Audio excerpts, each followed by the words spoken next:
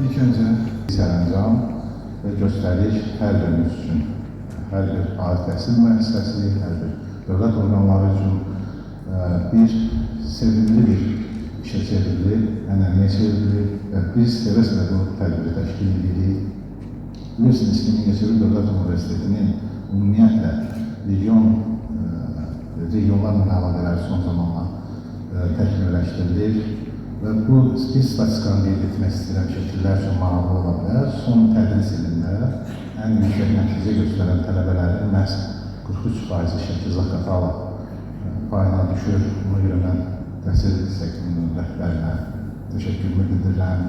Bu təbliğatda, bu universitetimizə verilən ən böyük dəstəklərdən biridir. İkincisi, keçən dəfə bir şeir dedik, bu Bəxtiyarın Türk oğlu, Türkənin adında bu Bəxtiyar təkcə vətənlə bağlı yazmıyor, ana dili ilə bağlı da onun böyük bir, ilk böyük bir yazısı, şeiri var, hansı ki, ana dilinə fərqli diapazonda baxan bir şairdir. Sevgi ilə bağlı bir şeiri də olub. Hətta mən tələbəçilik illərində stolumun üstündə yaşıl rəngdə bir Bəxtiyarın seçilmiş əsərləri olur. İlk vərəqləndə qarşıma bir şeir çıxdı. Bu mənim o vaxtdan yadımdadır. Deyir, sorursan ki, söylə nədir məni sənə sevdirən? Heç bilmirəm cavabını, heç bilmirəm necə məni. Demirəm ki, çiçəkdən necəsən, bircə bunu bilirəm ki, mənim də necəsən.